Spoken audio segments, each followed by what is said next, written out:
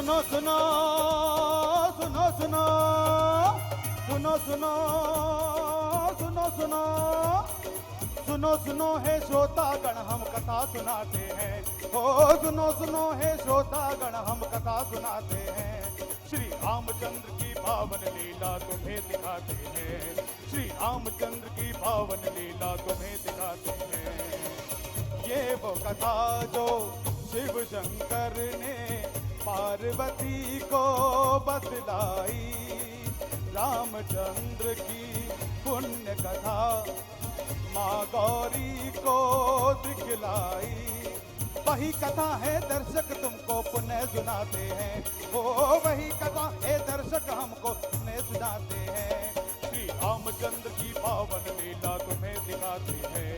श्री रामचंद्र की पावन लीला तुम्हें दिखाते हैं। सुनो सुनो अरे सुनो सुनो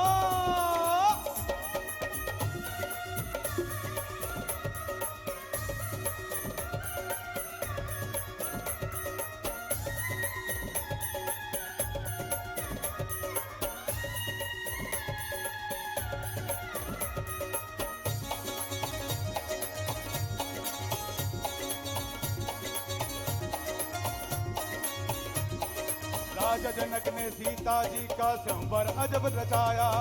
राजा जनक ने सीता जी का संवर अजब रचाया। आए राजे महाराजे कोई धनुष उठा ना पाया। आए राजे महाराजे कोई धनुष उठा ना पाया।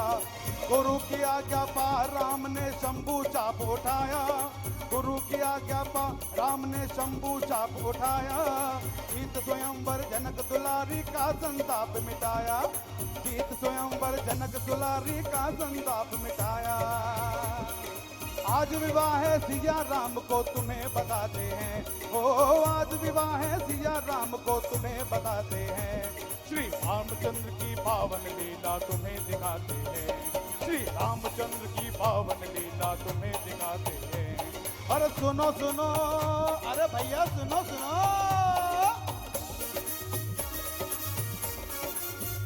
जय हो।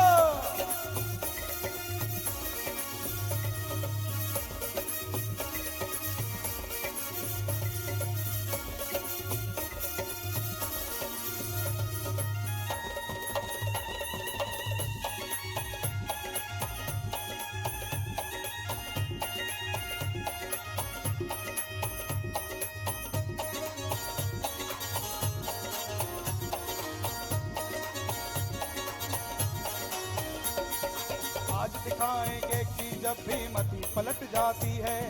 आज दिखाएंगे कि जब भी मति पलट जाती है। अंबर हो या पृथ्वी सबकी गति बदल जाती है। अंबर हो या पृथ्वी सबकी गति बदल जाती है। लोभ सज्जनों को कैसे हैवान बना देता है। लोभ सज्जनों को कैसे हैवान बना देता है। नारी का हट महलों को शमशान बना देता है। नारी का हट महलों को शमशान बना देता है। रामचंद्र जी रामचंद्र जी महलों से कैसे बन को जाते हैं। रामचंद्र महलों से कैसे बन को जाते हैं। श्री रामचंद्र की पावन लीला तुम्हें दिखाते हैं। श्री रामचंद्र की पावन लीला तुम्हें दिखाते हैं। सुनो सुनो सुनो सुनो सुनो सुनो सुनो सुनो अरे सुनो सुनो सुनो सुनो सुनो सुनो सुनो सुनो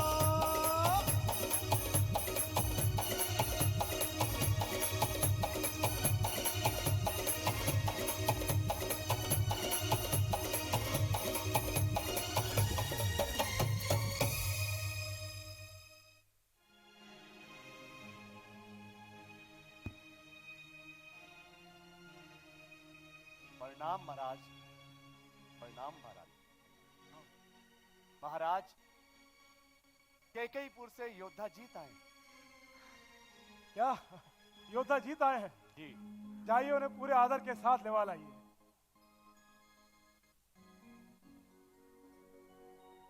आज तो आपसे मिलने आपके भ्राता आए।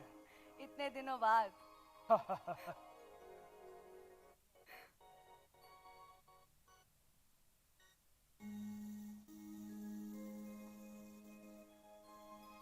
अयोध्या में पधारे हैं महारानी के कई के भाई। आइए योद्धा जी आइए। अयोध्या में आपका स्वागत है। प्रणाम। प्रणाम योद्धा जी। प्रणाम। महाराज अश्वपति कैसे हैं? जी अयोध्या नरेश, सब कुशल मंगल है। केकेपुर में सब कुशल तो है ना? जी सब कुशल मंगल है बहन। राम के विवाह के पश्चात आप तो बहुत दिनों बाद दिखाई दिए। अयोध्या से प्रस्थान करने के बाद चारों राजकुमारों के विवाह के उपरांत केकई प्रदेश में कुछ राजकीय कार्यों में व्यस्त होना पड़ा। पिताश्री भी अस्वस्थ रहते हैं ना, तो सारा भार तो आप पर ही आ गया। पिताश्री भरत को याद तो करते हैं ना? इसीलिए तो भरत को लिवाने आया हूँ। पिताश्री बहुत याद करते हैं उन्हें। हम समझ सकते हैं, दोनों हितों की याद में वो रह नहीं पा रहे। ठीक, सुमन जी महाराज। दोनों बालकों को बुला लो, उनसे कहें कि उनके प्रिय मामा श्री आए हैं। जैसी आज्ञा।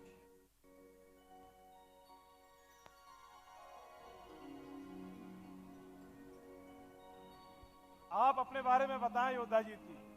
जी सब कुशल मंगल तो है? जी सब कुशल मंगल है। सभी कार्य अच्छे तरह से पूर्ण हो रहे हैं। ये तो बहुत अच्छी सूचना है। अगर आपको हमारी कोई भी आवश्यकता पड़े तो आप हमें बेझिझक बता सकते हैं। जी अवश्य। लो लो, आपके प्रिय बालक आ गए। आओ पुत्रों आओ, देखो आपसे मिलने कौन आया है। आपके मामा श्री। मामा श्री, हम कुछ दिन पहले आपको ही याद कर रहे थे। अच्छा। शत्रुघ्न। जी भैया। जी कहिए पिताजी। आपके मामा श्री आपको लेवाने आए। आपको इनके साथ जाना है अपने ननिहाल। जो आगे महाराज, शीघ्र ही पिताजी के पास लौटना होगा। पिताजी कुछ अस्वस्थ हैं और भरत से मिलने की इच्छा भी उन्हें तीव्र हो रही है। हाँ, हम समझ सकते हैं उनके भीतर प्रबल इच्छा जागृत हो रही है, लेकिन हाँ, 1 माह के भीतर हमारे पुत्रों को भेज देना। ऐसी भी क्या शीघ्रता महाराज, 2 पुत्र तो आपके पास हैं ही। अब भरत और शत्रुघ्न को कुछ दिन ननिहाल में आनंद लेने दीजिए। ये भी उचित है। अब आज्ञा दे महाराज। ठीक, पुत्रों, अब आप अपने मामा जी के साथ जाइए। जो आज्ञा पिताजी। आयुष्मान भव।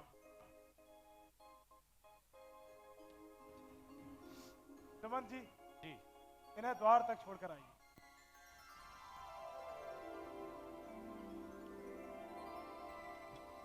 महाराज, मैं सोच रही थी कि मैं भी अपने पुत्रों के साथ चली जाऊं केकेपुर।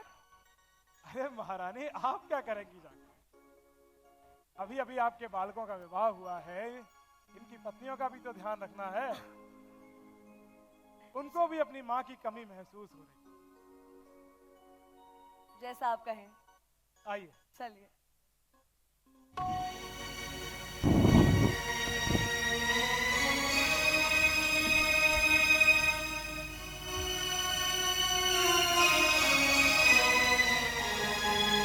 महारानी कौशल्या। महाराज, महाराज आप यहाँ।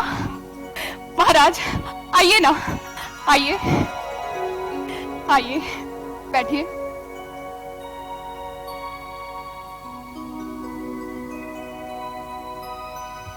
महाराज, आज इतने लंबे समय के बाद आपका मेरे कक्ष में आगमन हुआ है। आप जानते नहीं महाराज, आपको देखकर मुझे कितनी प्रसन्नता हो रही है। ऐसे ना कहो प्रिय, राजकीय कार्यों से समय ही नहीं मिल पाता है।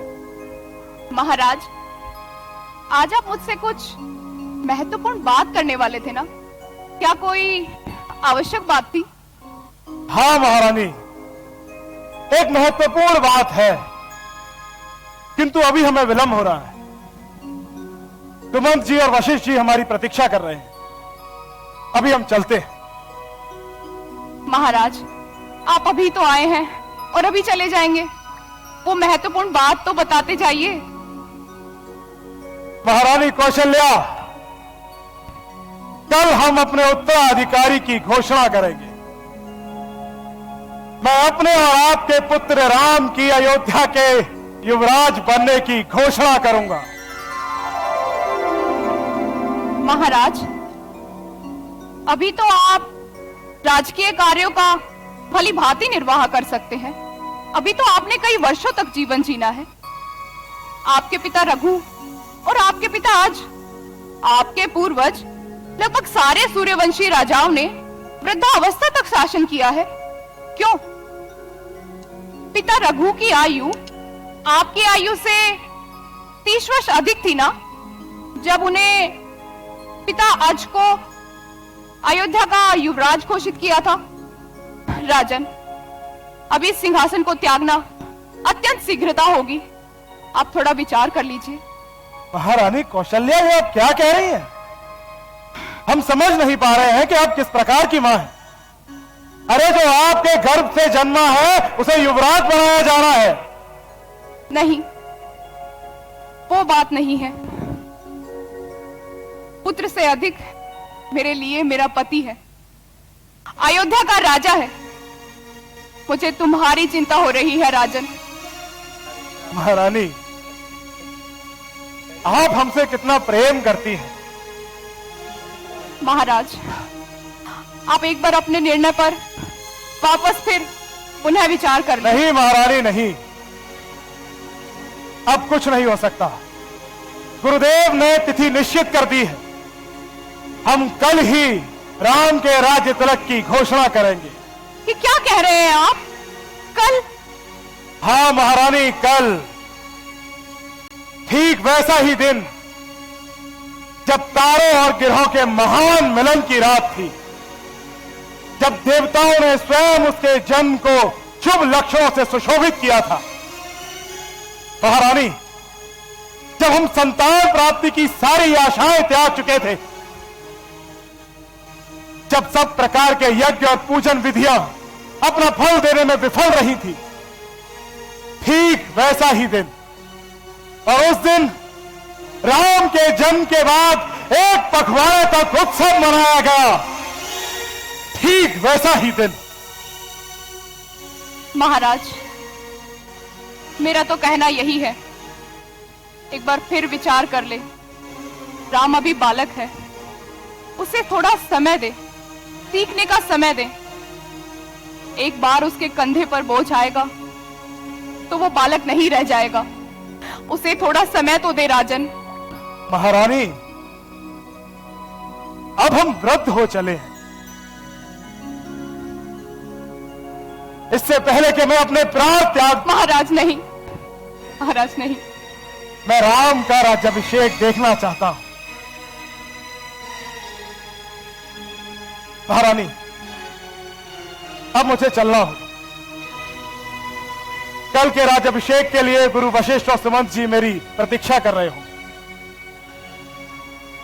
मैं चलता हूं रानी। ही महाराज। महारानी, मैं सोच रहा था कि राजकीय कार्यों में आप भी हमारे साथ रहा कीजिए। यदि आप अनुमति दे तो मैं सदैव आपके साथ रहूं राजन। देवों की इच्छा रही तो मैं यमलोक तक भी आपके साथ चलूंगी। कुछ कहना चाहती हो?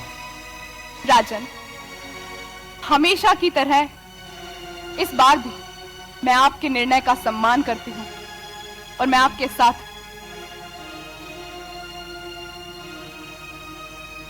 महारानी, अब हमें आज्ञा दीजिए।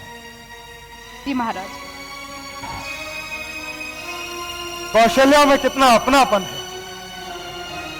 इतने वर्षों तक मैंने उसे समय ही नहीं दिया। मैं ये भूल गया था कि कौशल्या मुझसे कितना प्रेम करती है। कौशल्या, तुम सचमुच धर्मपत्नी हो, सचमुच धर्मपत्नी हो।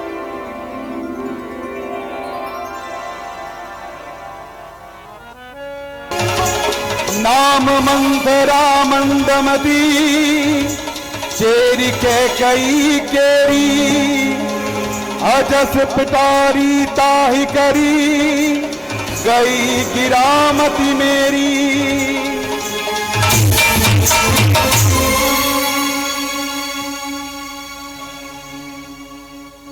राम और राजा रानी केकई के साथ ऐसा छल, मेरे बेटे भरत के साथ इतना बड़ा षड्यंत्र, नहीं नहीं नहीं, कदापि नहीं। अयोध्या के राजमहल की छोटी से छोटी बात इस मंत्रा को पता होती थी, और आज राम का राज तिलक होने जा रहा है और मंत्रा को पता तक नहीं। मेरे बेटे के दुर्भाग्य का आरंभ हो रहा है, और भरत अयोध्या में ही नहीं, षड्यंत्र, घोर षड्यंत्र है ये, घोर षड्यंत्र पिता ने पुत्र के साथ किया। अयोध्या नरेश ने केकई के पिता के साथ किया, रानी कौशल्या ने केकई के साथ किया, और राम ने, अरे राम ने अपने ही भाई भरत के साथ किया। कौन भुगतेगा परिणाम, कौन भुगतेगा इसका परिणाम, कौन कौन कौन?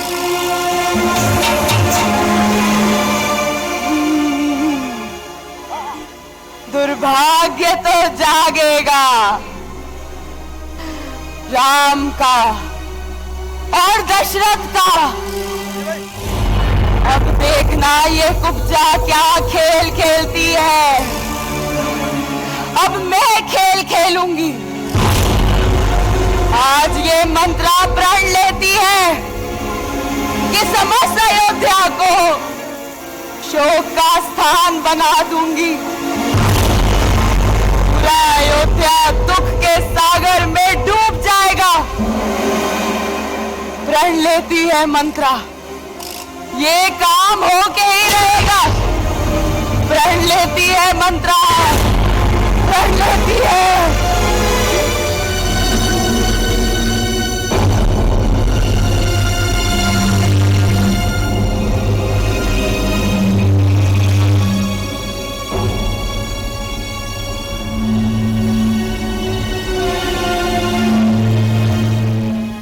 बड़े आराम से महारानी के कई निद्रा में लीन है। अचानक प्रकट होती है किसी कक्ष में मंत्रा। मंत्रा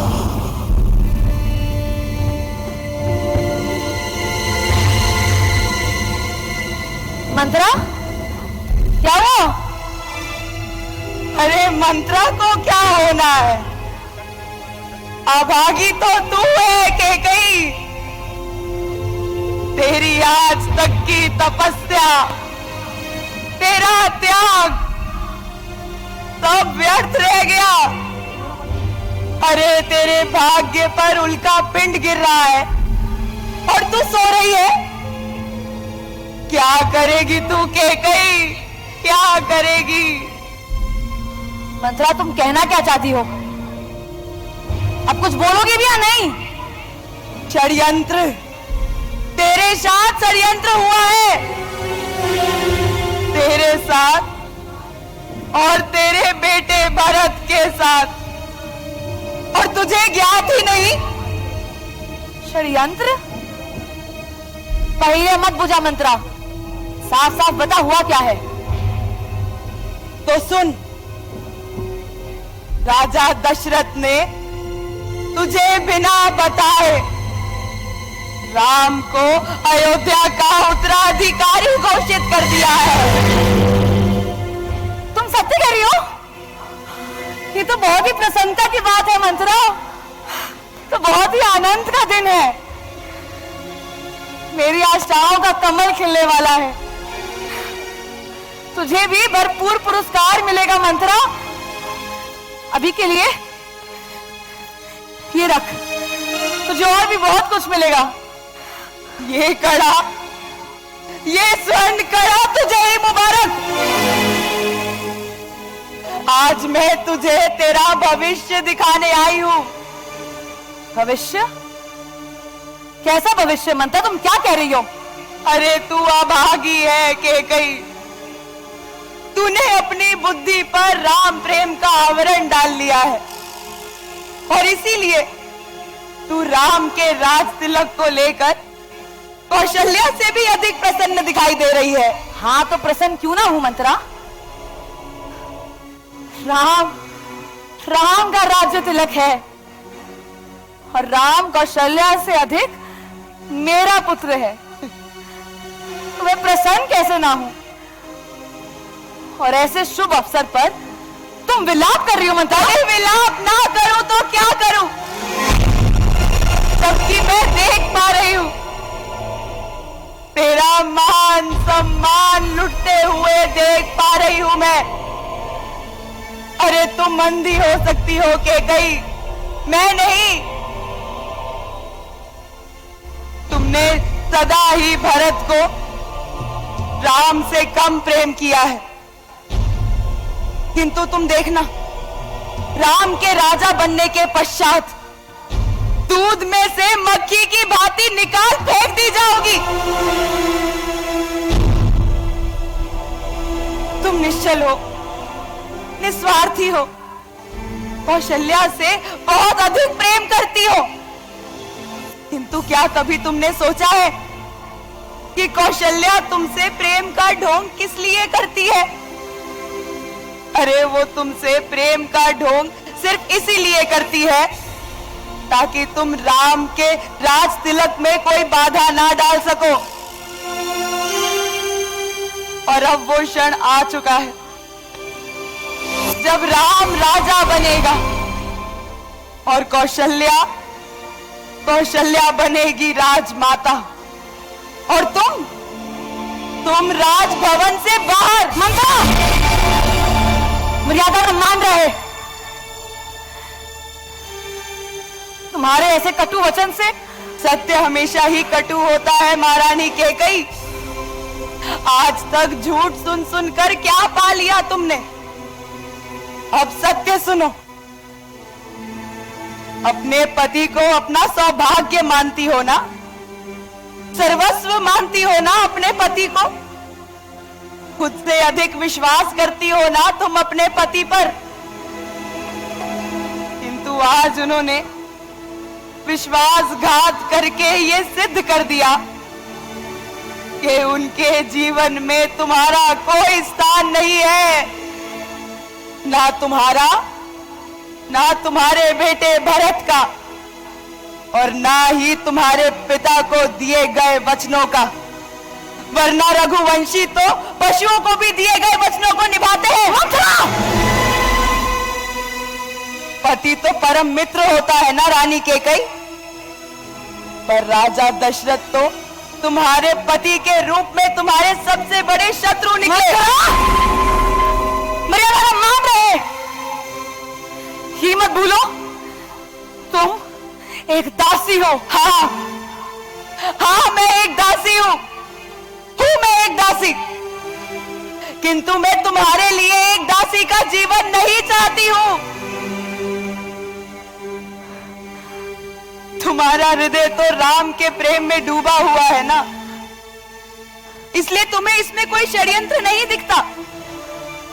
किंतु तुम देखना, राम राजा बनने के पश्चात अपनी सगी मां कौशल्या को ही राजमाता बनाएगा, ना कि अपनी सौतेली मां केकई को।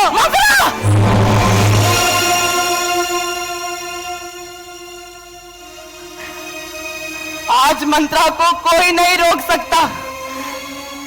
आज निर्णय हो के रहेगा। आज तुम्हें मेरी बात सुननी होगी।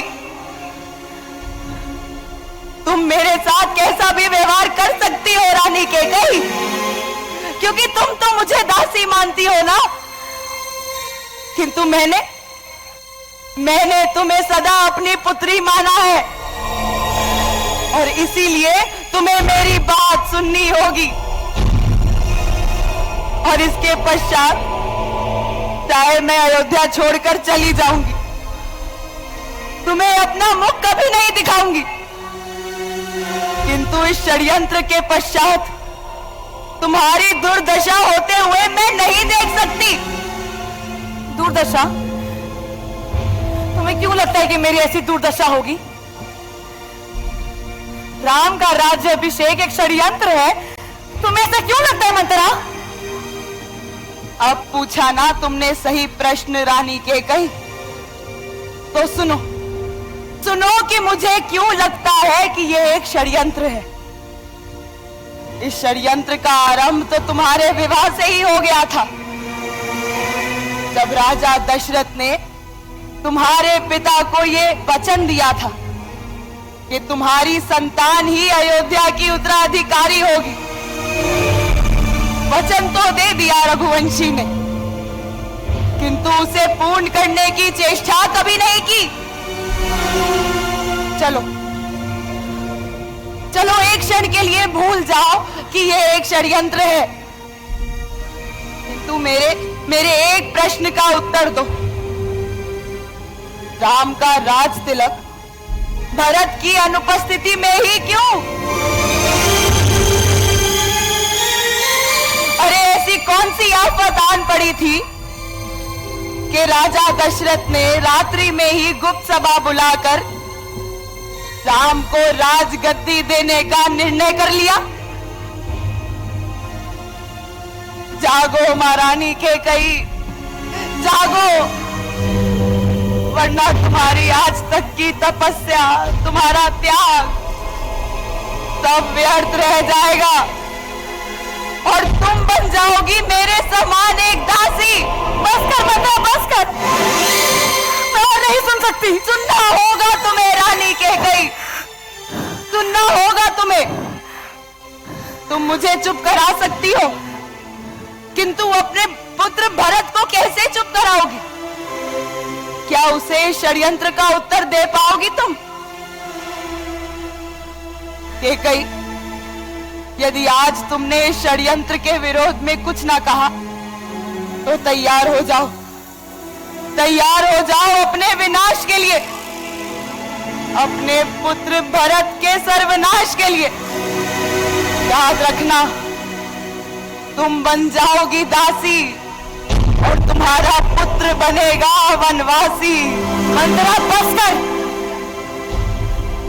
ना मैं बनूंगी दासी, ना ही मेरा पुत्र बनेगा वनवासी।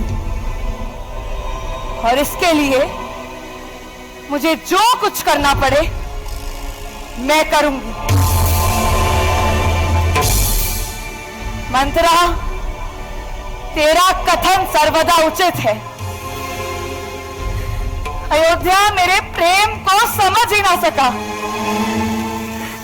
मैं जिनकी अर्धांगिनी हूं, जिनके लिए मैंने अपना जीवन समर्पण कर दिया, उन्होंने मेरे विरुद्ध, मेरे पुत्र भरत के विरुद्ध इतना बड़ा षड्यंत्र रचा,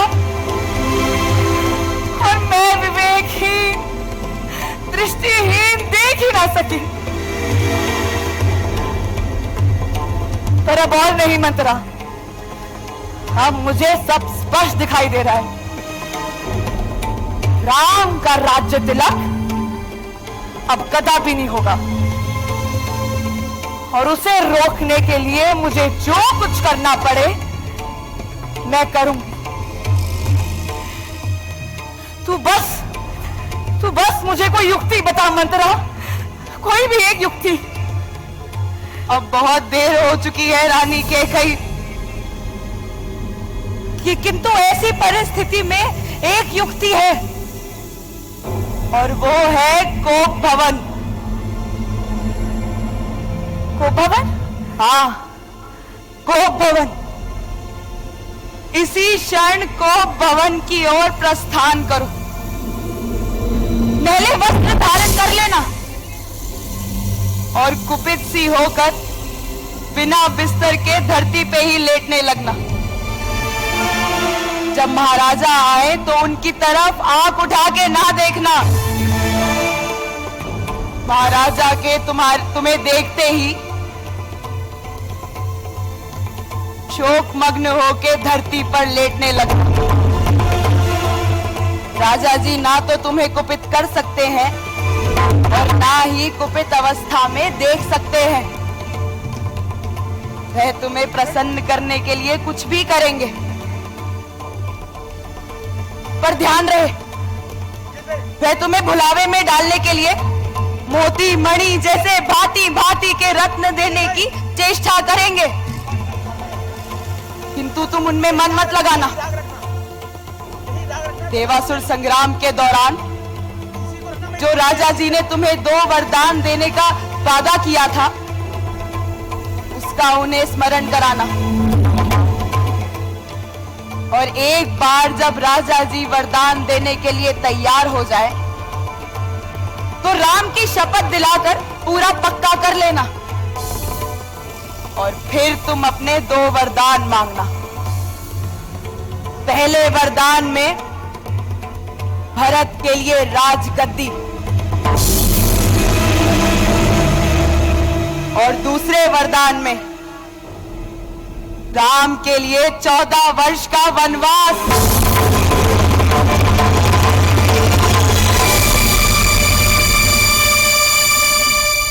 मंत्रा, यदि तू ना होती तो राजा ने कौशल्या के साथ मिलकर जो इतना बड़ा षड्यंत्र रचा है, वो मैं कदापि ना देख पाती। अब ना ही तो कोई रत्नों से, ना ही किसी स्वर्णों से इसका साकार हो सकता है। राम का राज्य तिलक अब कदापि नहीं होगा, और यदि राम का राज्य तिलक हुआ, उस दिन अयोध्या कैकेयी का मरा हुआ चेहरा देखेगी।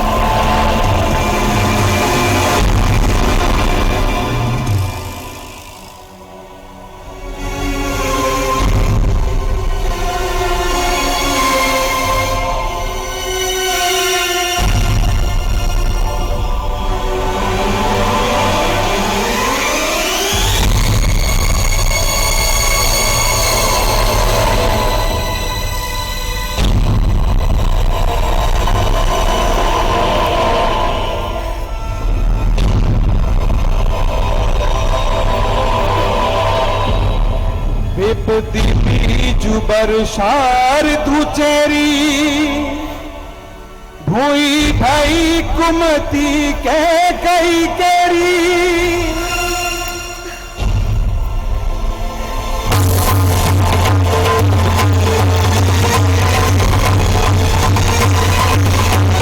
और महारानी के कई कुपित अवस्था में पहुंच जाती है। कोप भवन आभूषण इधर से उधर फेंकने लगती है, अपने वस्त्र उतार कर फेंकने लगती है। उसका ये क्रोध रूप देखकर देवता भी घबरा उठते हैं। ये क्या होने जा रहा है? कैसे होगा ये सब? क्या महाराजा दशरथ महारानी के कई का ये रूप सहन कर पाएंगे?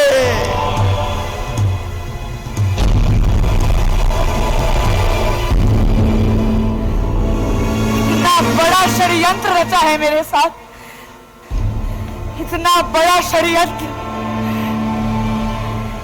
इसकी कीमत तो महाराज को चुकानी ही पड़ेगी, चुकानी ही पड़ेगी।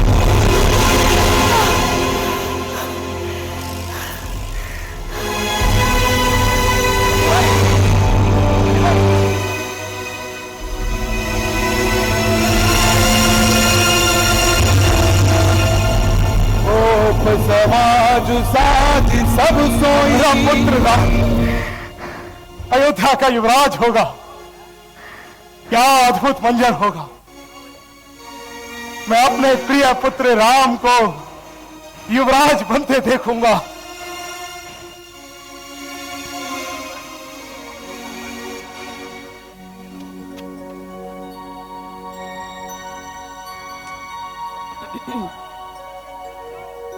कौन है वहां? कौन है वहां?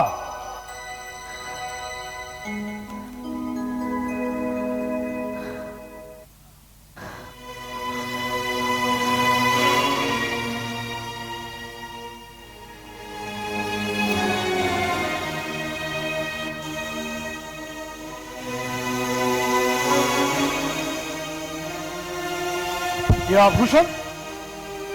ये आभूषण किसके हैं?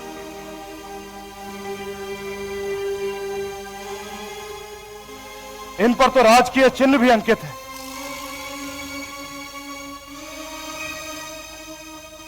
महारानी कैकेयी, आप यहां इस तरह से इस कोप भवन में ये आभूषण बिखराए हुए इस ठंडे फर्श पर लेटी हुई है। महारानी, क्या किसी ने तुम्हारा तिरस्कार किया है या किसी के द्वारा तुम्हारी निंदा की गई है?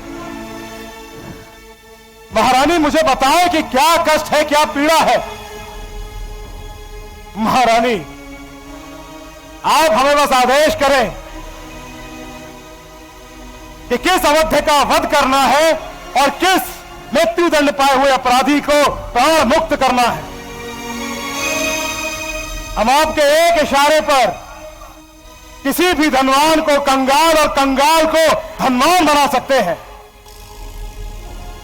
जहां तक ये सूर्य चक्र घूमता है वहां की समस्त पृथ्वी पर हमारा ही आधिपत्य है। किंतु महारानी, मैं और मेरे सभी सेवक तो आप ही के अधिकार में हैं।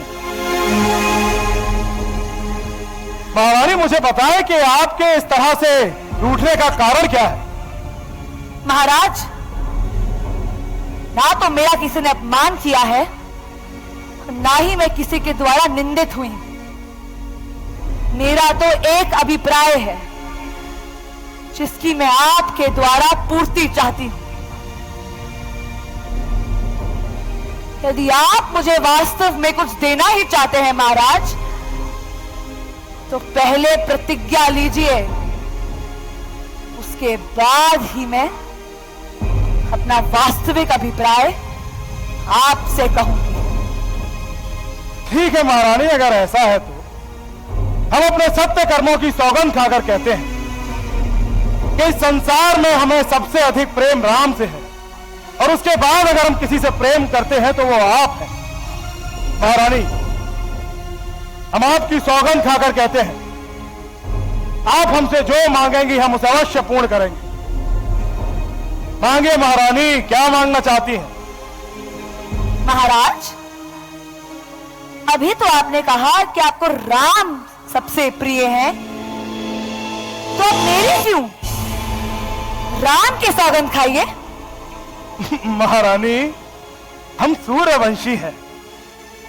अगर हमने आपसे एक बार कह दिया कि हम उसे अवश्य पूर्ण करेंगे तो आप मांगिए। आज हम बहुत प्रसन्न हैं। नहीं महाराज, आप पहले प्रतिज्ञा लीजिए, उसके बाद ही मैं अपना वास्तविक अभिप्राय आपसे कहूंगी। ठीक है महारानी, अगर आपकी यही इच्छा है तो हम ही झुक जाते हैं। मैं चक्रवर्ती सम्राट अजपुत्र दशरथ चारों दिशाओं को साक्षी मानकर ये वचन देता हूं, कहा एक बार जो मैंने वही अंतिम कथन होगा। सौगंध राम की है मुझको, नहीं मिथ्या ये वचन होगा। मांगिए महारानी, आप क्या मांगना चाहती हैं? महाराज, आप मांग मांग तो बहुत करते हैं, पर देते लेते कुछ भी नहीं। आपने मुझे 2 वर देने को कहा था, अब तो उसके मिलने में भी संदेह है महाराज। महारानी, अब किन वचनों की बात कर रही हैं? हमें याद नहीं है। आप हमें याद तो दिलाइए कि हमने आपको वचन किस समय और किस क्षण दिए थे। तो याद कीजिए महाराज, जब आप इंद्र की ओर से शंबासुर से युद्ध करने गए थे, तब मैं आपकी सारथी बनी थी। परंतु युद्ध अचानक भयानक हो गया। आपके वक्ष से कवच टूट गया और आप बाणों से घायल हो गए। परंतु मैं शत्रुओं पर बाणों का प्रहार करते हुए आपको मैदान से दूर ले गई। उस दिन मैंने आपके प्राणों की रक्षा की। हाँ महारानी, हाँ, हमें याद आ गया। आपने हमारे प्राणों की रक्षा की थी और हमने प्रसन्न होकर आपको 2 वरदान देने का वचन दिया था। लेकिन महारानी, हमें यह भी याद है कि आपने उन वचनों को हमें धरोहर के रूप में सौंप दिया था। तब से लेकर आज तक हमारे प्राणों पर तो आप ही का अधिकार है। अब आप चाहे तो 2 के स्थान पर 4 वर मांग लीजिए। क्या आप जानती नहीं, रघुकुल रीत सदा चली आई, प्राण जाए पर वचन ना जाए।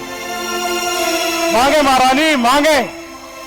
महाराज, जो आप मुझे वर देने के लिए इतने उद्यत हैं, उसे इंद्र और 33 देवता सुन ले। हे सूर्य, चंद्रमा, आकाश, पृथ्वी, दिशा, राक्षस, रात में विचरने वाले प्राणी, ग्रहों में रहने वाले ग्रह देवता और इनके अतिरिक्त जितने भी प्राणी हैं, वो आपका कथन सुन लें, आपके बातों के साक्षी बने। और हे देवता, महातेजस्वी, सत्य प्रतिज्ञ, धर्म के ज्ञाता, शुद्ध आचार विचार वाले ये महाराज मुझे वर दे रहे हैं। तो महाराज, मेरे मन को भाने वाला एक वर दीजिए।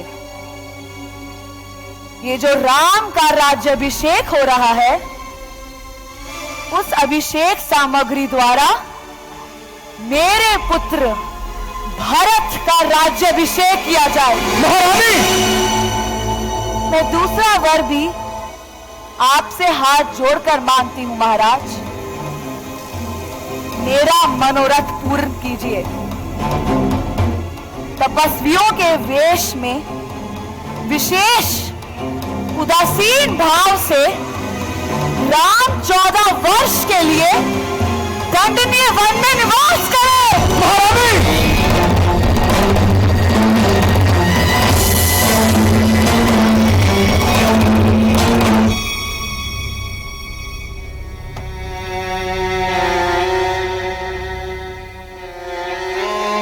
क्या मांग लिया?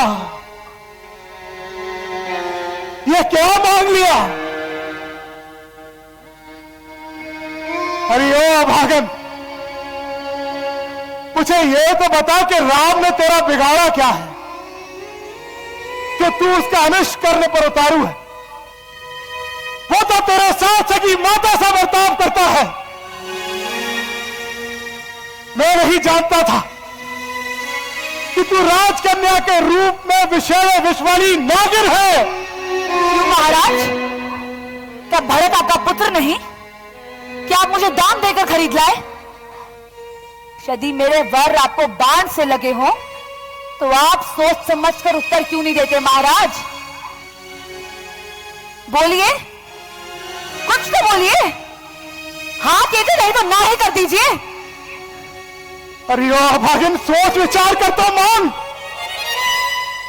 तुम मुझसे मेरा महल मांग ले, मेरी धन संपत्ति मांग ले, मेरी रानियों का परित्याग करने को कह दे, मैं कर दूंगा।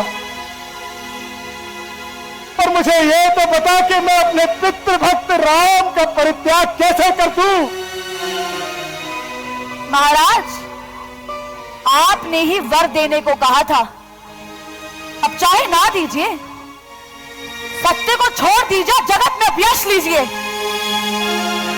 सत्य की बड़ी सराहना करके वर दिया था ना, सोचा था कि चुबेना ही मांग लेगी।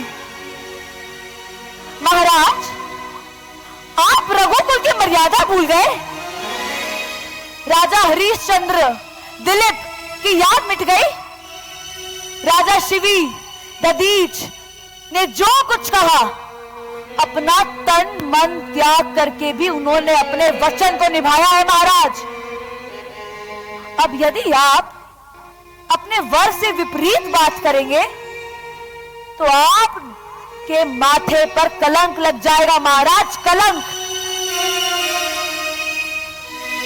अगर आप अपने वर से ऐसे पश्चाताप करेंगे तो धार्मिकता का ढिंढोरा कैसे पीटेंगे महाराज? सुनिए महाराज, अब चाहे धर्म हो या धर्म, सत्य हो या सत्य, जो प्रतिज्ञा आपने मुझे दी है उसमें कोई परिवर्तन नहीं हो सकता। मैं अपनी और भरत की शपथ खाकर कहती हूं महाराज, राम का इस देश में निकल जाने के सिवा और किसी वर से मुझे संतुष्टि नहीं मिलेगी महाराज। और यदि मैंने राम माता कौशल्या को राजमाता बनते देखा तो उस दिन आप कैकेयी का मरा हुआ चेहरा देखेंगे। विश्वास और प्रेम को नष्ट करके इस प्रकार के कटु वचन कैसे मान सकती है? अरे भरत और राम तो मेरी दो आंखें हैं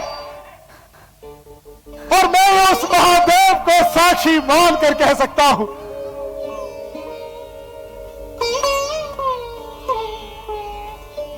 मैं सवेरे ही दूध भेजकर दोनों भाइयों को बुलवा लूंगा। अच्छा दिन शोध कर ढंका बजाकर भरत को राज्य सौंप दूंगा। राम को राज्य का लोभ नहीं है और राम का तो बड़ा ही स्नेह है भरत पर। राम को भूल कर भी राजपाट नहीं चाहता और मैं 100 बार राम की मां कौशल्या की शपथ खाकर कहता हूं कि उसने भी मुझसे कभी कुछ नहीं मांगा। बस मैं ही बड़े छोटे का विचार करके राजनीति का पालन करता रहा। शायद इसी से मेरा मनोरथ खाली गया। पर कैकेयी, अब तू क्रोध को त्याग दे, अब मंगल का साथ सजा। कुछ ही दिनों बाद भरत युवराज होंगे, किंतु महारानी तूने दूसरा वर बड़ी अड़चन का मांगा। उसकी आग से अब भी मेरा हृदय जल रहा है। ये क्रोध में था, दिल लगी में था, या सचमुच ही सच्चा था, ये मैं तय नहीं कर पा रहा हूं। और यदि ये अगर सच्चा था तो मुझे बता कि मेरे राम का अपराध क्या है। सारी प्रजा, सारी अयोध्या तो कहती है कि राम तो बड़े साधु है। तू स्वयं भी तो उन पर बड़ा ही स्नेह करती है, लेकिन तेरे मुख से ऐसी बात सुनकर मुझे ऐसा प्रतीत होता है कि वो तेरा सारा प्रेम और स्नेह कहीं झूठा तो नहीं था।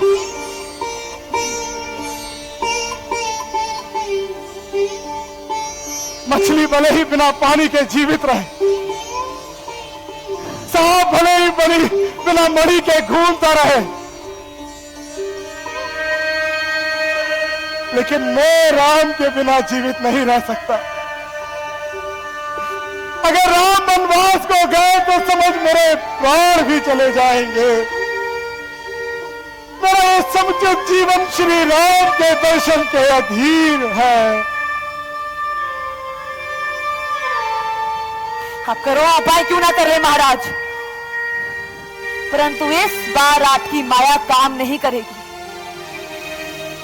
या तो जो मैंने मांगा है वो आप मुझे दे दीजिए, नहीं तो ना कहकर जगत में अपयश लीजिए। महाराज, ये सब प्रपंच मुझे नहीं सुहाते। राम साधु है। हाँ, आप तो सियाने साधु हैं। और राम की माँ तो शल्या तो बहुत भली है महाराज, बहुत भली है। ये कैकेयी सबको पहचान गई। जिस तरह कौशल्या ने मेरा अच्छा चाहा है, उसी तरह मैं उसे उसका फल दूंगी। अब आप मेरी बात जरा ध्यान से सुनिए महाराज।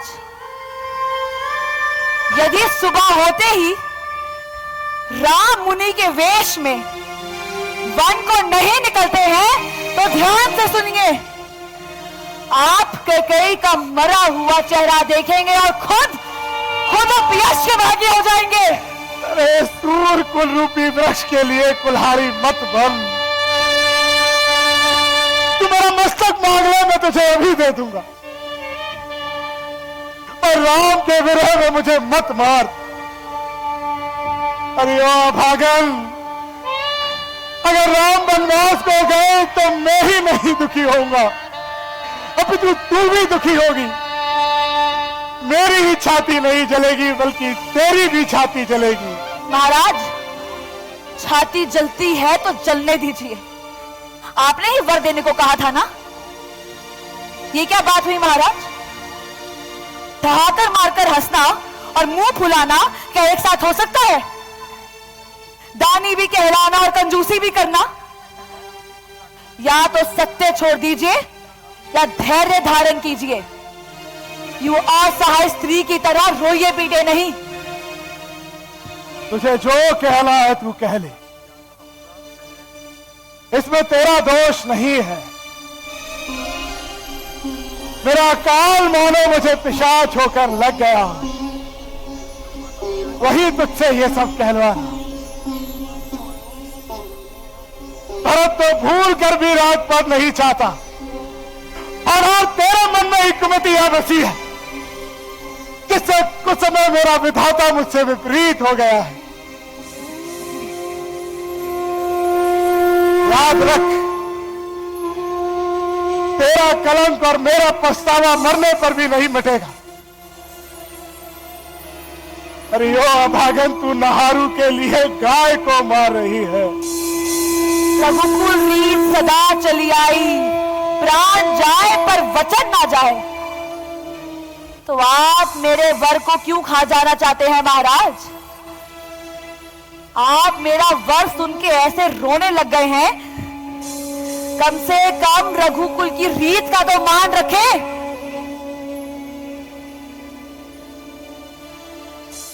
कुछ तो बोलिए महाराज।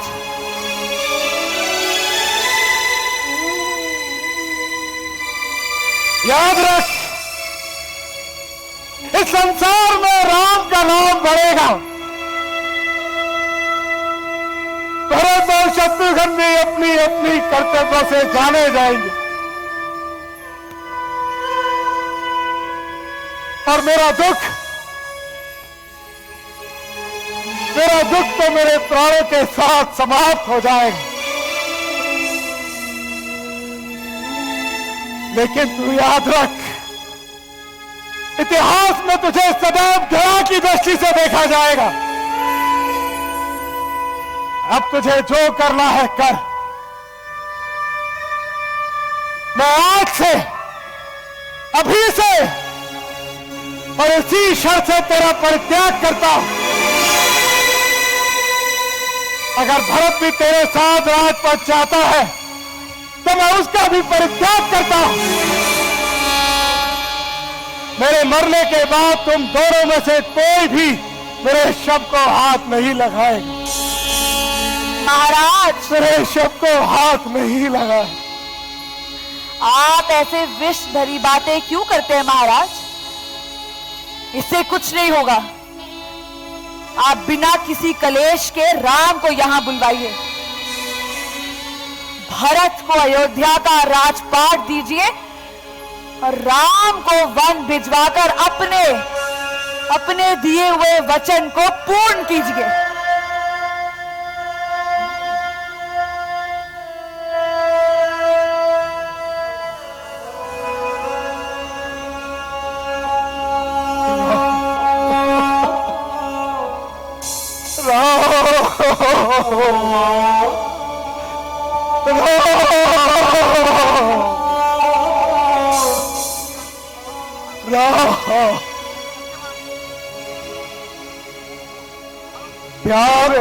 राव शिथिल सब गाता,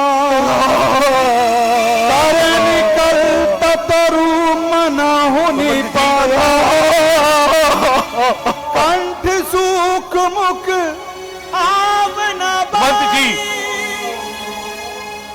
जनु पाठ नुदिर जी पानी।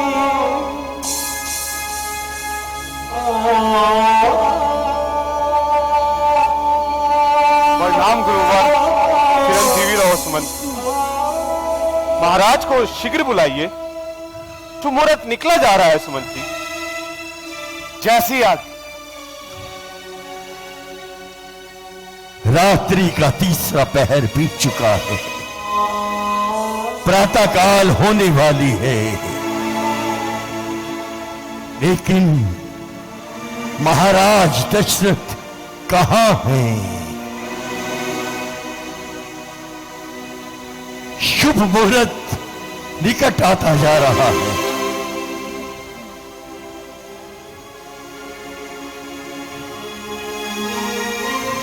सुमंत जी पहुंचते हैं कि कई कक्ष में सिर पेच कहीं और ताज कहीं, बिखरे अला के मोती है।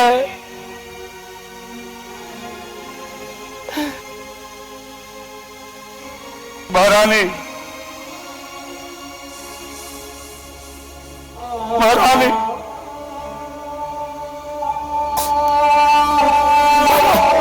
महाराज, महाराज आपको कौन सा संताप काट दिया? महाराज आप ऐसी अवस्था में क्यों पड़े हुए? ऐसा कौन सा कारण है? महाराज, राम राम की रट आप लगाए हुए। महाराज कुछ बोलिए तो। महाराज, सुमन जी, राम, आप जरा राम को बुलवा दो। राम के राज्याभिषेक के कारण रात भर सोए नहीं, राम की रट लगाई हुई है इन्होंने। आप जरा राम को बुलवा दीजिए। महारानी, मैं बिना महाराज के आज्ञा के नहीं जा सकता।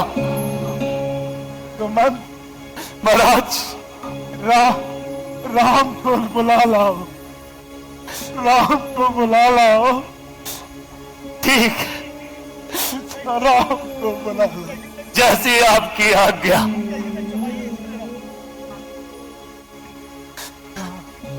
राम राम राम। आनहु रामी बेग बोलाई, समाचार तब पूछे हो आई। चले उस मंत्र राय सुख जानी, लखी कुचाली कीनी कचुरानी, लखी कुचाल कीनी कचुरानी।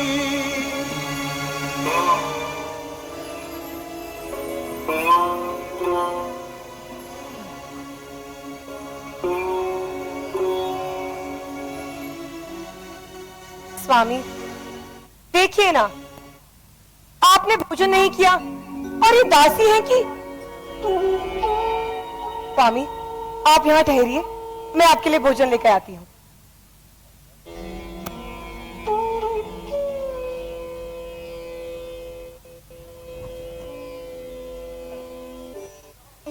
सुमंत जी, राम, महाराज दशरथ ने आपको शीघ्र बुलाया, जल्दी चलिए। ठीक है सुमंत जी। आइए। स्वामी, मैं जानती हूँ कि आपको क्यों कक्ष में बुलाया जा रहा है। क्यों? क्योंकि कल आपका राज्याभिषेक है। माता कैकेयी बहुत उत्सुक है आपके राज्याभिषेक के लिए। तैयारियां भी तो करनी, उसी को लेकर चर्चा करनी होगी। जाइए। सीते, हम अति शीघ्र आपके पास आते हैं। बिल्कुल। आइए आइए।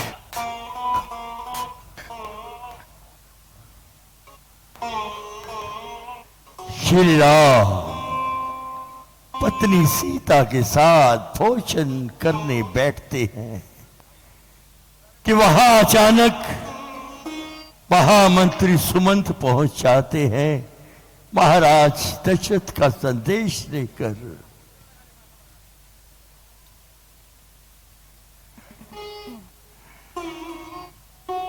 क्या हो रहा है इस कैकेयी कक्ष में? अचानक से, अभी तो प्रातः काल नहीं हुई है, फिर किस लिए महाराज दशरथ ने श्री राम को बुलाया है?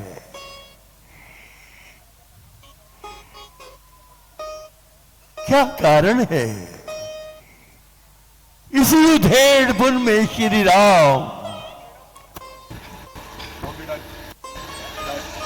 अपने भवन से चलते हुए को भवन की ओर चल पड़ते हैं महामंत्री सुमंत के साथ। सोच बिकल मग परई न पाऊ, राम ही बोली कहीं कराओ। और धर धीरजू गयऊ दुआरे, पूछहि सकल देखी मनु मारे। जिस अयोध्या में आज प्रातः उत्सव होना था, पूरी अयोध्या में मंगल गीत गाए जा रहे हैं, उसी अयोध्या के राजमहल के एक कक्ष में कि कैसा षड्यंत्र हो रहा है। पिताश्री, पिताश्री, ये आपको क्या हुआ पिताश्री? ये आपने कैसी दशा बना ली है पिताश्री? आप उठते क्यों नहीं हो पिताश्री? आप तो मुझे देखते ही अपनी छाती पे लगा लिया करते थे पिताश्री, और संसार के सारे दुख भूल जाते थे। आप मुझे पहचानते क्यों नहीं है? मां, क्या हुआ पिताश्री को? मां, ये कुछ बोलते क्यों नहीं है? मां, आप ही बताएं मां। पुत्र राम, जानते हो तुम्हारे पिता तुमसे बहुत प्रेम करते हैं। प्रेम तो आप भी मुझसे करती है माते। मेरी बात जरा ध्यान से सुनना। तुम्हारे पिता ने मेरे पिता को विवाह के पश्चात एक वर दिया था, पर मैं उसकी चर्चा नहीं कर रही। परंतु मैंने शंबासुर के युद्ध में इनके प्राणों की रक्षा की थी, और इन्हें प्रसन्न होकर मुझे 2 वर दिए थे राम। जी मां। आज मैंने वो वर मांग लिए हैं। वो क्या वरदान थे मां? पुत्र वर ये महाराज देने के बदले चेष्टा कर रहे हैं मैं अपना वर वापस ले लूं। ये आप कैसी बात कर रही हैं माँ? मेरी बात जरा ध्यान से सुनना राम। तुम्हें मैं बहुत कठोर लगूंगी, पर मेरे मन में तनिक भी पाप नहीं है। मैंने पहले वर में भरत के लिए अयोध्या का राजपाट मांगा है, और दूसरे वर में माँ? दूसरे वर में तुम्हारे लिए 14 साल का वनवास। माते, ये तो मेरा सौभाग्य है माते। मैं आपके वचनों को मां पूर्ण करने का मुझे अवसर मिला है। यह एक पुत्र का दायित्व भी नहीं, कर्तव्य भी है मां,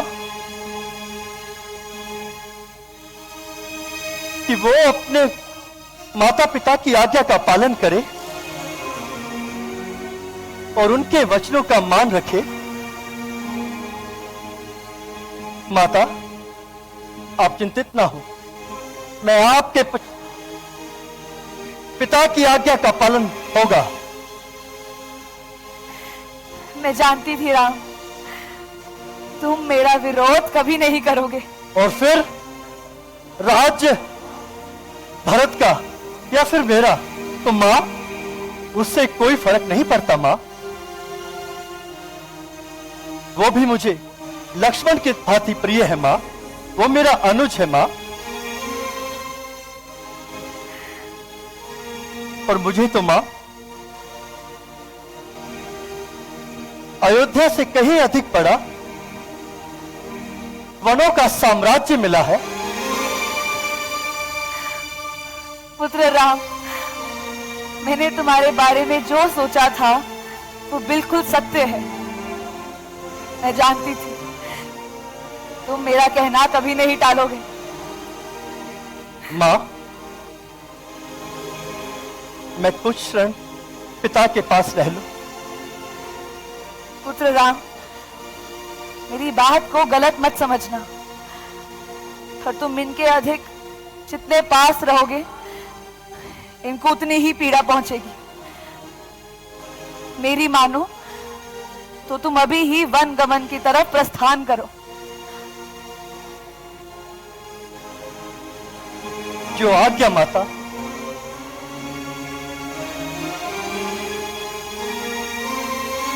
राम, जी मां। एक क्षण रुको। मंत्रा,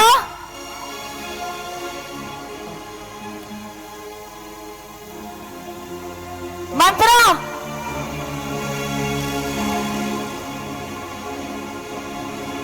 तुम जाकर बनवासी के वस्त्र ले आओ।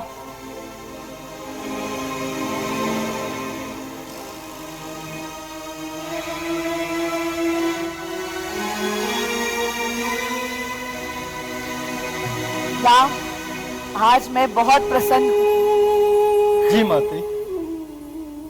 और कोई नहीं, पर तुमने मेरा हृदय पढ़ लिया राम।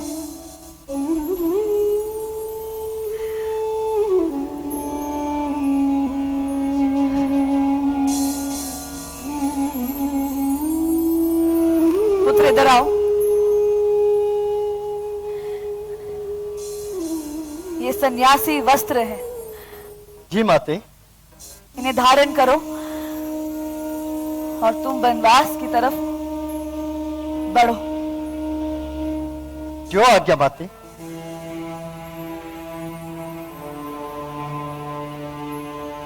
अब आज्ञा दे पिताजी।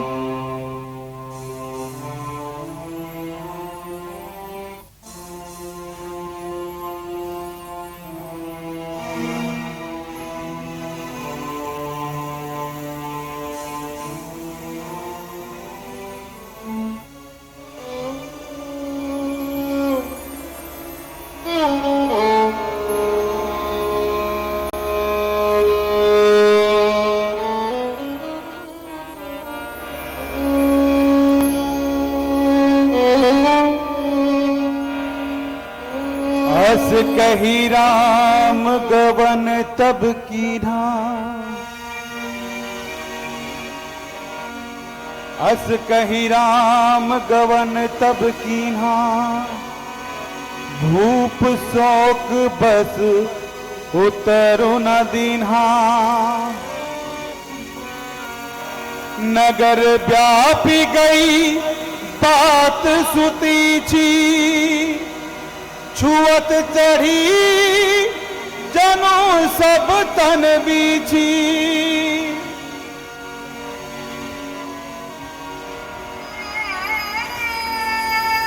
राम, श्री राम, कैसा पवित्र नाम है ये। हजारों वर्षों से हमारे आर्य संस्कृति के लिए एक प्रतीक है। श्री राम, कितनी आसानी से श्री राम ने माता की आज्ञा को शिरोधार्य किया। चेहरे पर वही मुस्कान, एक ऐसा आदर्श प्रस्तुत किया कि एक बेटे का अपने माता और पिता के प्रति क्या कर्तव्य होना चाहिए।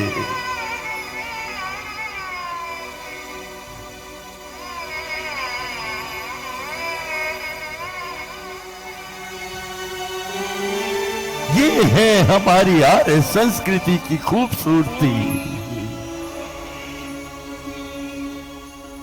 श्री राम, श्री राम। भैया, भैया ये मैं क्या सुन रहा हूं? 14 वर्षों का वनवास, ये आपका क्या अपराध, क्या दोष? चल नहीं नहीं, ये ठीक नहीं हुआ भैया। अरे अधिकार उसे तो देगी भरत को राज तिलक, ही तो करता है। बहन के साथ भाई योद्धा जीत को न छोड़ू। अरे बुला ले सब सहायक शीघ्र अपने, इसके देखती है व्यस्त सपने।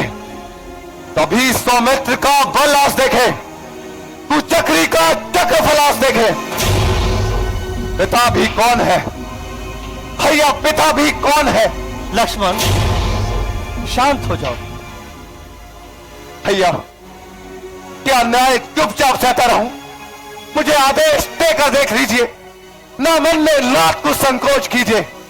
इधर मैं दास लक्ष्मण तुम्हारा, उजर हो जाए लोक सारा। नहीं अधिकार वीर अपना खोते, उचित आदेश ही मान्य होते। पाषाणी नागिन बनी है मां, अंगार की जड़ी हतभागिन मां। अभी विषतंत्र उसके तोड़ दूं। ना रोको तुम, ना रोको तुम।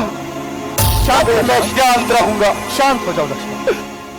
भैया, भैया विदा की बात किसने और किसकी? अपेक्षा कुछ नहीं है नाथ इसकी। मुझे मारना है तो मार डालो, निकालना है तो जीते जी निकालो। रखो निसंतास मुझे। शांत हो जाओ लक्ष्मण, शांत हो जाओ। क्रोध मत करो लक्ष्मण। माता कौशल्या हमारी प्रतीक्षा कर रही है। शांत हो जाओ। आओ माता कौशल्या के कक्ष में चलते हैं।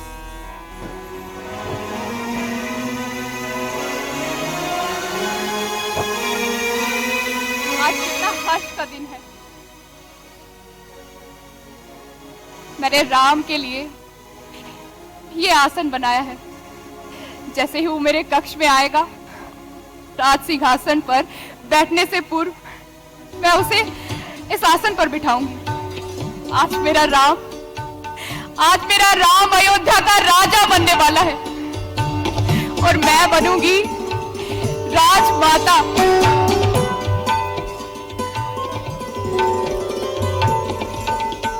माँ, लक्ष्मण, आओ पुत्र।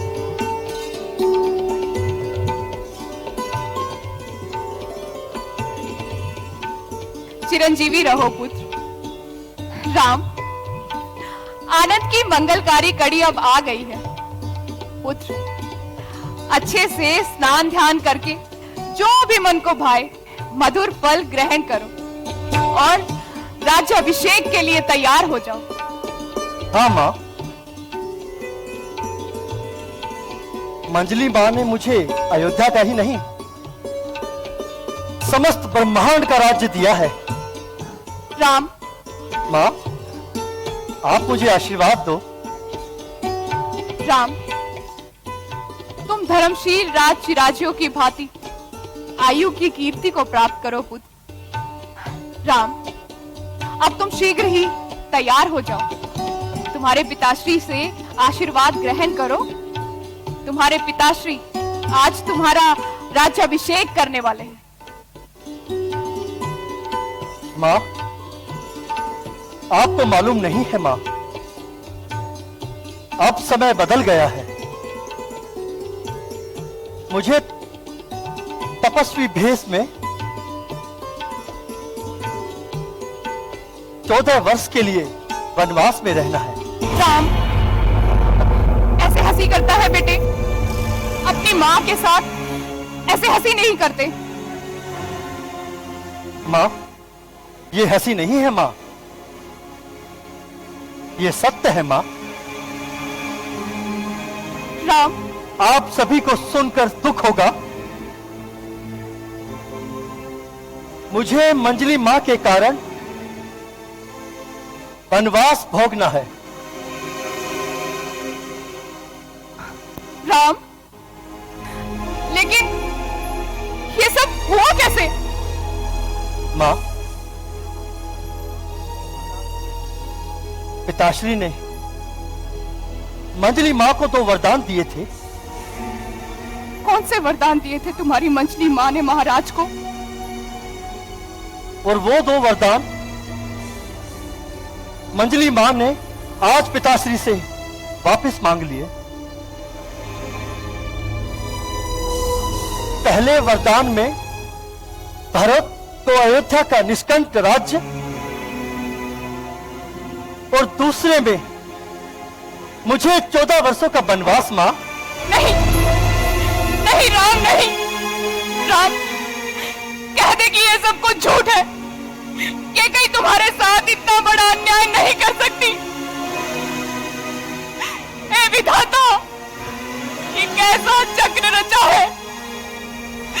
ये भीषण परिवर्तन कैसा है? राज्याभिषेक होते होते 14 वर्षों का वनवास कैसा है?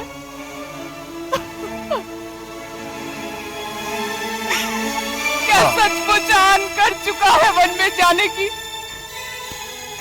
क्या सचमुच महाराज ने आज्ञा दी है वन में जाने की? राम, मां, शांत हो जाओ मां, शांत हो जाओ मां।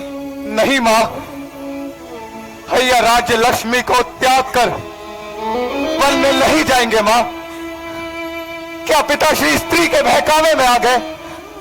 क्या केकई ने हमारे वृद्ध पिता को अपने वश में कर लिया है मां?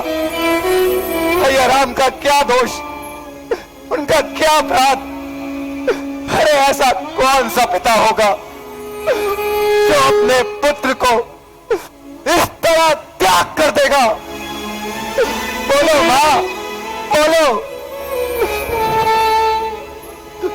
लक्ष्मण, ऐसी बातें नहीं करते भाई। भैया, भैया आप शासन की बागडोर अपने हाथ में ले लीजिए।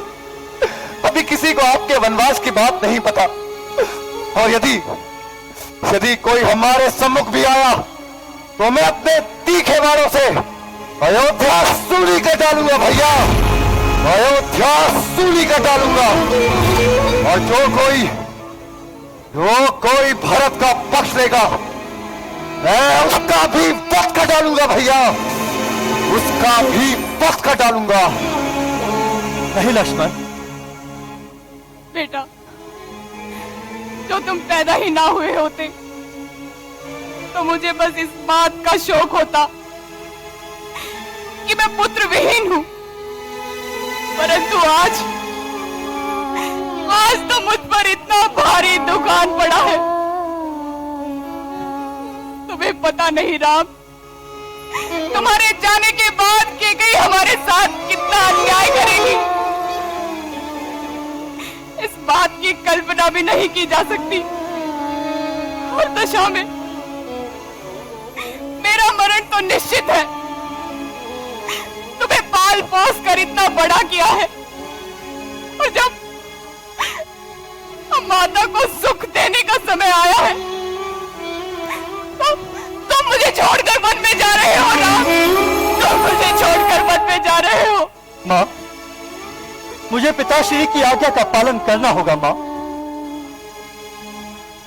भैया, यदि गुरु भी कर्तव्य विमुख हो जाए, कुमार्ग पर चलने लगे, तो उनको भी दंड देना आवश्यक है भैया। मैं आपकी शपथ खाकर कहता हूं, मैं आपके लिए जलती अग्नि में कूद जाऊंगा भैया। नहीं लक्ष्मण, शांत हो जाओ लक्ष्मण, शांत। राम, राम देखना, राम अभी लक्ष्मण भी तुम्हारे साथ है पुत्र। अभी अयोध्या छोड़कर जाने की जिद त्याग दे बेटा। यदि तू अयोध्या छोड़कर वन में गया तो मैं अपने प्राण त्याग दूंगी राम। नहीं माते नहीं, ये आप कैसी बातें कर रही हैं माँ? नहीं राम। माँ, मैं पिताजी की आज्ञा का उल्लंघन नहीं कर सकता माँ, मुझे जाना ही होगा माँ। आप शांत हो जाओ माँ, आप शांत हो जाओ माँ। राम, मैं तुम्हें आज्ञा नहीं दे सकती पुत्र, मैं तुम्हें आज्ञा नहीं दे सकती।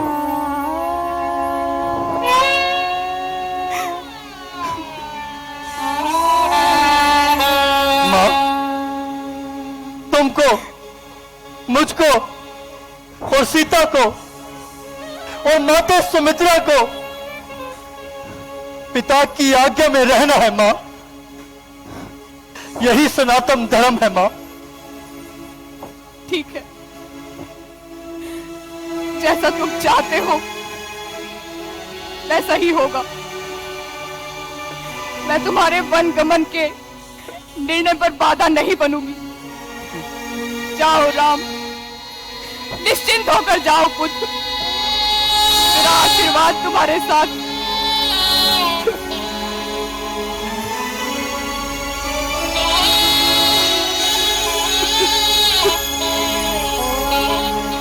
लक्ष्मण, मेरे भाई, शांत हो जाओ लक्ष्मण, ऐसे रोते नहीं है लक्ष्मण। शांत लक्ष्मण, तुम्हें यहां रहना है, माताओं की सेवा करनी है। शांत लक्ष्मण। नहीं भैया, अभी मैं शांत नहीं हो सकता भैया। अभी मैं कैसे शांत हो जाऊं? मैं बचपन से आपकी छाया बन के रहा हूं भैया, बचपन से आपकी छाया रहा हूं। आप मुझे भी अपने साथ ले चलिए ना भैया। नहीं लक्ष्मण, तुम्हें यहां रह के माता पिता के साथ रहना है, उनका ध्यान रखना है। लक्ष्मण, तुम यहीं रहो और माताओं को आपकी जरूरत है लक्ष्मण।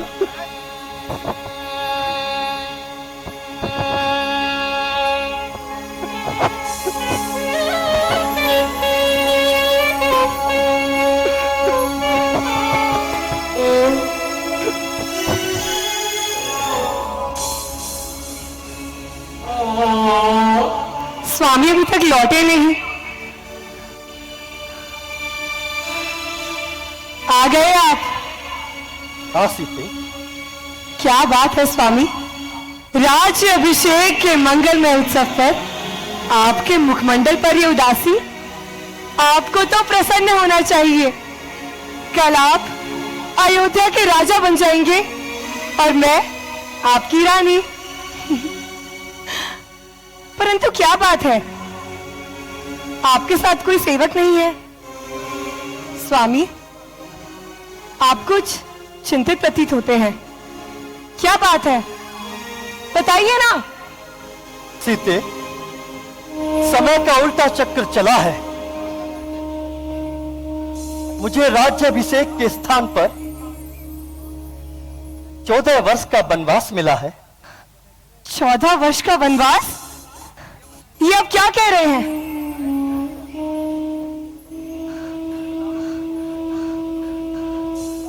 पूज्य पिताजी ने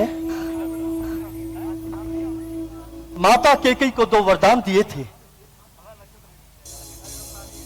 और माता कैकेयी ने वो 2 वरदान पिताजी के आज वो मांग लिए हैं। क्या क्या वरदान मांगे उन्होंने?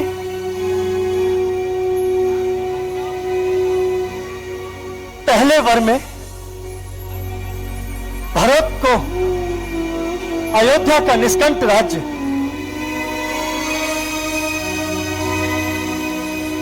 और दूसरे वर में मुझे 14 वर्षों का वनवास मांगा है। 14 वर्षों का वनवास?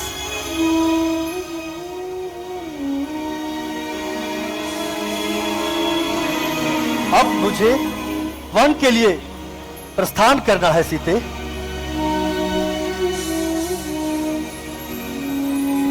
मैं पिताजी की आज्ञा का पालन करूंगा सीते।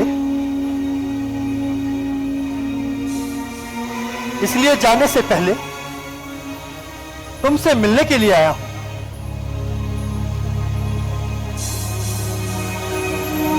अब आपको तीनों माताओं की सेवा करनी होगी। स्वामी, ये आप क्या कह रहे हैं? मैं आपकी अर्धांगिनी हूं। क्या मैं अयोध्या में रहकर अपयश की भागी बनूं?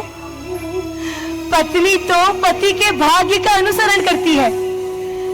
मैं भी आपके साथ वन में जाने की आपसे आज्ञा चाहती हूं। नहीं सीते, नहीं, यह असंभव है। जो तुम कह रही हो वो नहीं हो सकता। ये आप क्या कह रहे हैं? जब आप दुर्गम वन की ओर प्रस्थान करेंगे तो मैं आपके सामने आने वाले कांटों को कुचलती हुई आपके आगे चलूंगी। सीते, तुम उच्च कुल में पैदा हुई हो और सदा धर्म आचरण में लगी रहती हो। इसीलिए यही माताओं के साथ रहकर अपने धर्म का पालन करें। रघुनंदन, इसीलिए मुझे संतोष होगा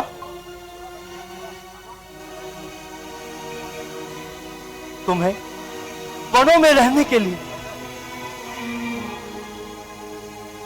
तुम्हें वनों में रहने में अनेकों कठिनाइयां होंगी सीते,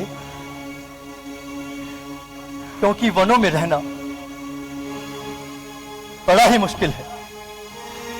रघुनाथ, मैंने ऐसा कोई अपराध नहीं किया जो आप मेरा त्याग कर दे। पत्नी अपने पति की छाया में रहती है, फिर चाहे वो सिंहासन पे हो, युद्ध भूमि में या वनों में। मैं अपने धर्म का पालन करूंगी। स्वामी, आपके बिना तो मुझे स्वर्ग लोक की भी कामना नहीं। मेरे माता पिता ने मुझे यही शिक्षा दी है। अगर आप मुझे अपने साथ वन नहीं लेके जाएंगे तो मैं जनक नंदिनी सीता अपने जीवन का त्याग कर दूंगी। नहीं सीते, सीते, तुम्हें दुख देकर अगर मुझे स्वर्ग का भी सुख मिले तो वो मुझे मान्य नहीं है। स्वामी, तुम मेरे साथ कष्ट सहन करना ही चाहती हो। तुम्हें साथ लेकर चलने के लिए मैं तैयार हूं। आपको किसी से डरने की जरूरत नहीं है। मैं अपना दायित्व समझती हूँ। ऋतुओं के अनुकूल जो भी फल फूल प्राप्त होगा उसे कुशलता पूर्वक ग्रहण करूंगी। जहाँ आप सोएंगे मैं भी वही विश्राम करूंगी, जो आप खाएंगे मैं भी वही ग्रहण करूंगी। स्वामी, आपके बिना ये आराम, ये राजमहल, ये चौबारे, ये रत्न मंडिया, ये सब मेरे लिए नर्क के समान है। मैं आपके साथ वन में ही निवास करूंगी। सीते, मैं तुम्हें आज्ञा देता हूं कि तुम भी मेरे साथ वनों में चलो। लक्ष्मण, भैया राम, मैं भी आपके साथ वनों में चलूंगा। भैया राम, मैं भी आपके साथ वनों में चलूंगा। लक्ष्मण, तुम्हारा यहां रहना जरूरी है। लक्ष्मण, भैया, भैया जब यही भाव है तो ममता क्यों छोड़े जाते हो? मैं तो चरणों का सेवक हूं,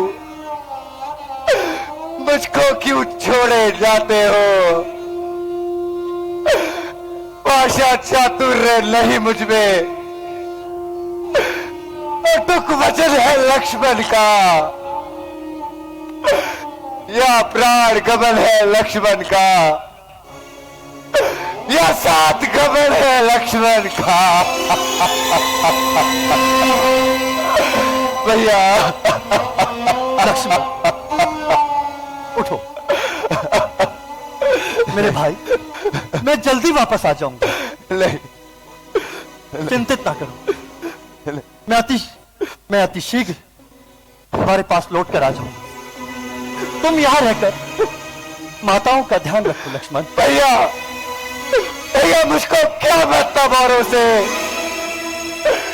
मैं तो सेवक चरणों का हूं, अजन्म उपासक परियाचक, चायक पायक चरणों का हूं। भाई, पिता, सखा, बंधु, मेरे तो अवध दुलारी हो। भाभी, स्वामिन और माता, जो कुछ है जनक दुलारी है। सेवा से, सेवा से, सेवा से यदि निष्फल रहे, बुझाएंगे टूट जाए मेरी, नहीं छूटेंगे प्राण आपके, चाहे जान निकल जाए मेरी। लक्ष्मण, ये कैसी बात है? नहीं, नहीं, आप मुझे ले चले भैया, आप मुझे ले चले। लक्ष्मण,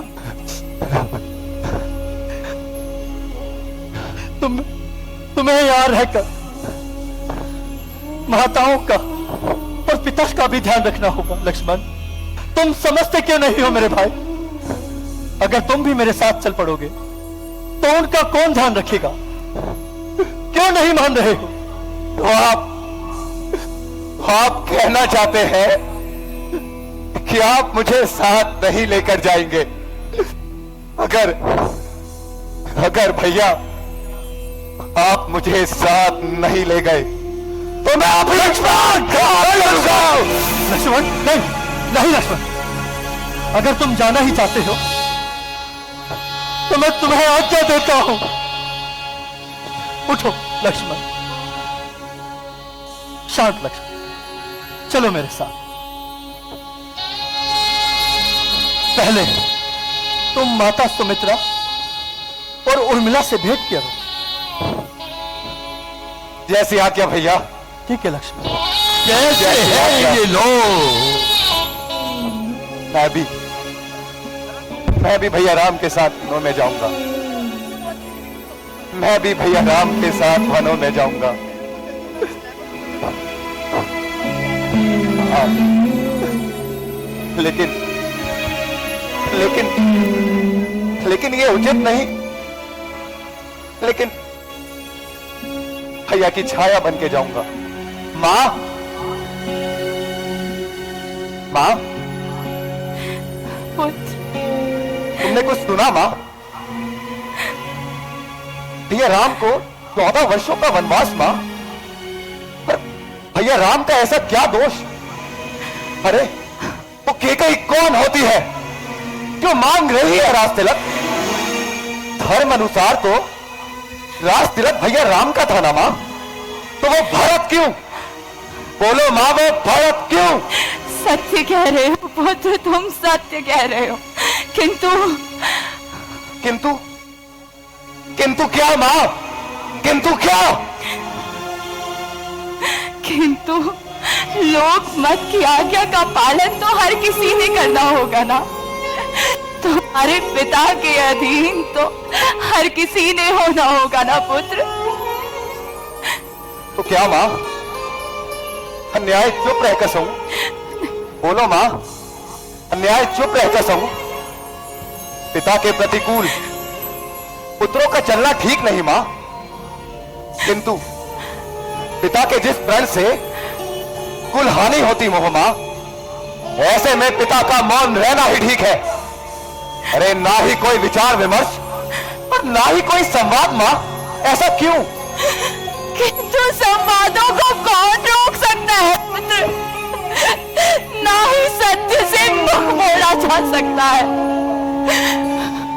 जैसे सत्य धर्म की तुला से संतुलित है, वैसे ही तुम्हारे पिता के वचन धर्म से बंधे हुए हैं पुत्र। तुम पुत्र आज अपनी माता का आज्ञा का पालन करोगे ना? करोगे ना पुत्र? तो तुम भी रघुनंदन के साथ 14 वर्ष के वनवास में जाओ। सीता भी मनु का बन रही है। ये विचार करते ही मन अधीर होने लगता है, आंखों से अश्रु बहने लगते हैं पुत्र, आंखों से अश्रु बहने लगते हैं। मां, तुम देवी हो, तुम विदुषी हो मां, तुम सच्ची शतराणी हो, तुम नहीं मानवी हो कोई, तुम तो संदेहवाणी हो मां। तुमने समय देख मेरे ही मन की बात कही, जो मैं कहलाने आया था वो स्वयं तुम्ही ने बात कही। अच्छा मां, अब मुझे आज्ञा दो ताकि मैं भैया राम के प्रति अपने कर्तव्य को निभा सकूं मां, मुझे आज्ञा दो मां। उठो पुत्र उठो, मेरा आशीर्वाद तो सदैव तुम्हारे साथ है। जाओ पुत्र, एक सेवक के भांति अपने भाई के साथ वनों का आगमन करो। हाँ मां। आज ही से श्री राम तुम्हारे पिता और सीता तुम्हारी माता। जाओ पुत्र जाओ। ठीक है मां, ठीक है।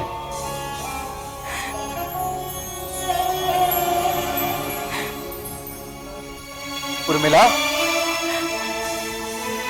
तुम यहां माता के कक्ष में? क्या माता से मिलने आई हो? अभी मैं माता से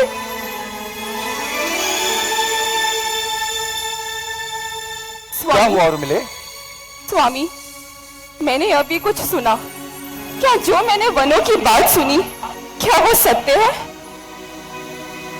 उर्मिला, मैं तुम्हारे मन की व्यथा को अच्छे से समझता हूं उर्मिले। मैंने तुमसे बिना निश्चय किए ये फैसला किया, किंतु उर्मिले, माता सुमित्रा ने तो बड़े ही विरोचित भाव से मुझे विदा किया है उर्मिले। अब तुम भी अपने उत्साहित मन से मुझे विदा करो उर्मिले। तुम तो जानती हो ना उर्मिले, मैं भैया के राम के साथ बचपन से रहा हूं उर्मिले, उनकी छाया हूं उर्मिले, उनकी छाया बनकर रहना चाहता हूं उर्मिले। मुझे मुझे मुझे विदा करो ना उर्मिले। निसंदेह स्वामी, आप अवश्य ही अपना दी और भ्राता धर्म निभाएं, क्योंकि आज की बेला कर्तव्य निभाने की है। हे प्राणेश्वर, प्रस्थान करो, रघुराई की राह में, रघुराई की सेवा में अपना जीवन अर्पण करो। यही आपका कर्तव्य है और यही आपका धर्म है स्वामी। उर्मिले, मुझे तुमसे ऐसी ही वाणी की आशा थी उर्मिले। निसंदेह तुम्हारे इस संवाद को सुन मेरा हृदय गदगद हो उठा है उर्मिले, गदगद हो उठा है। स्वामी, मेरा भी भगवान जानता है कि आपके इस व्रत की इच्छा से मैं भी अत्यंत ही कृत्य हो उठी हूँ। आज इस वेश में आपका व्यक्तित्व देख हर्ष भाव का अनुभव कर रही हूँ। स्वामी, कृपया कर अब और देरी ना कीजिए, अब विलंब ना करते हुए वनों को प्रस्थान कीजिए। स्वामी, प्रस्थान कीजिए। किंतु उर्मिले, वनों में जाने से पूर्व कुछ देर यहां रुकने का एक कारण है उर्मिले, एक प्रश्न है उर्मिले। प्रश्न? कैसा प्रश्न स्वामी? यदि तुमसे 14 वर्षों का बिछड़न ना सहा जाए तो तुम भी मेरे साथ वनों को चल सकती हो। ये आपने क्या कह दिया स्वामी? आप भूल रहे हैं कि आप वनों को जा रहे हैं, वो भी एक सेवक बनकर। और सेवक का यह धर्म नहीं है कि वो अपनी पत्नी को अपने साथ लेकर जाए। मैं आपको एक बात बता दूं स्वामी, यदि आप मुझे अपने साथ ले जाएंगे तो अवश्य ही मैं भैया और भाभी की सेवा में बाधा बनूंगी। क्या आप ऐसा चाहते हैं? कहिए, चाहते हैं आप ऐसा? किंतु उर्मिले, मेरे कहने का मतलब ये नहीं था। मैं नहीं जाऊंगी, नहीं, मैं आपके साथ वनों में नहीं जाऊंगी स्वामी। खुशी से जी लूंगी मैं ये 14 वर्ष। स्वामी, मुझे भी मेरा नारी धर्म निभाने में मेरा सहयोग कीजिए। हम कृपया कर और विलंब ना कीजिए, कृपया करके स्वामी प्रस्थान कीजिए। ठीक है उर्मिले, यदि तुम्हारी यही इच्छा है तो मैं तुम्हें विवश नहीं करूंगा उर्मिले। किंतु इन 14 वर्षों की तपस्या का फल तुम्हें अवश्य मिलेगा उर्मिले, तुम्हें अवश्य मिलेगा।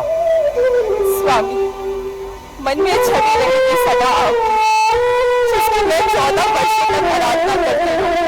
मेरा बल, मेरा विश्वास कहता है कि कभी भी किसी भी रूप में आपको कोई कष्ट छू भी नहीं सकेगा। स्वामी, आपको कोई कष्ट छू भी नहीं सकेगा।